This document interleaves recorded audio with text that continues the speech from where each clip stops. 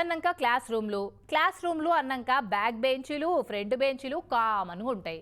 చదువులల్లా ముంగట బెంచీలోళ్ళు ఫస్ట్ ఉంటే ఆటలల్లా కొట్లాటలల్లా వెనక బెంచోళ్ళు ముంగటుంటారు. అయితే ఎప్పటి నుంచో నడుస్తున్న ఈ బెంచీల కల్చర్ను మార్చేసిర్రు గా సూర్యాపేట జిల్లాలో ఒక సర్కార్ బోర్డోళ్ళు. బ్యాకు ఫ్రంట్ బెంచీలు లేకుండా అన్ని బెంచీలు సమానంగా చేసిర్రు. చూడుర్రి ఎట్లనో.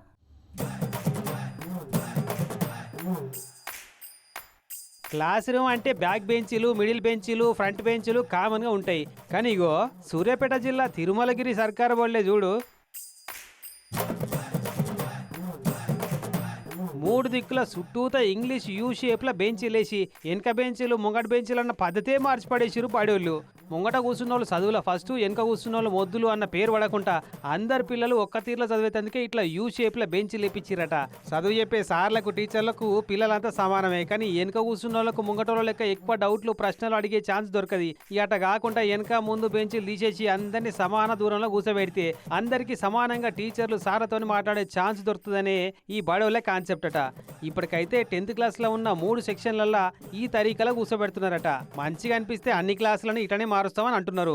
కేరళ రాష్ట్రంలో ఈ U shape class room concept successful అయింది కాబట్టి మన తాను కూడా మంచిగా అవుతుంది, ఇట్లా రాష్ట్రం అంతటా ఫాలో అయితే బాగుండు అని ఈ తిరుమలగిరి బడి హెడ్ మాస్టర్ అంటున్నారట.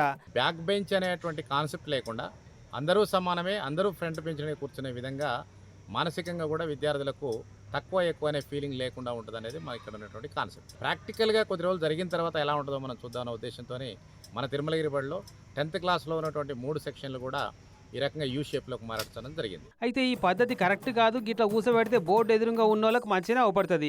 కానీ ఇటుకోసాకు అటుకోసాకు టీచర్లకు దగ్గర కూర్చున్న వాళ్ళకు బోర్డు సరిగా అవపడది. కాబట్టి ఇది దండుగా పద్ధతి అనేమో ఇంకొందరు వాదిస్తున్నారట.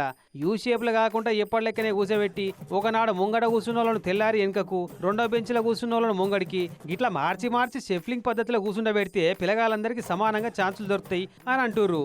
అది కూడా కరెక్టే అనిపిస్తుంది. మరి ఎందుకన్నా మంచిది మళ్ళీ మంచిగా ఆలోచించి నిర్ణయం తీసుకోరి సార్లు, జర తొందరపడకోరి. వెనకటి సంధి నడుస్తున్న పద్ధతి మరి. కానీ బ్యాక్ బెంచ్ స్టూడెంట్లనే బ్యాచ్ లేకుంటే గమ్మత్ ఉంటుందిలే.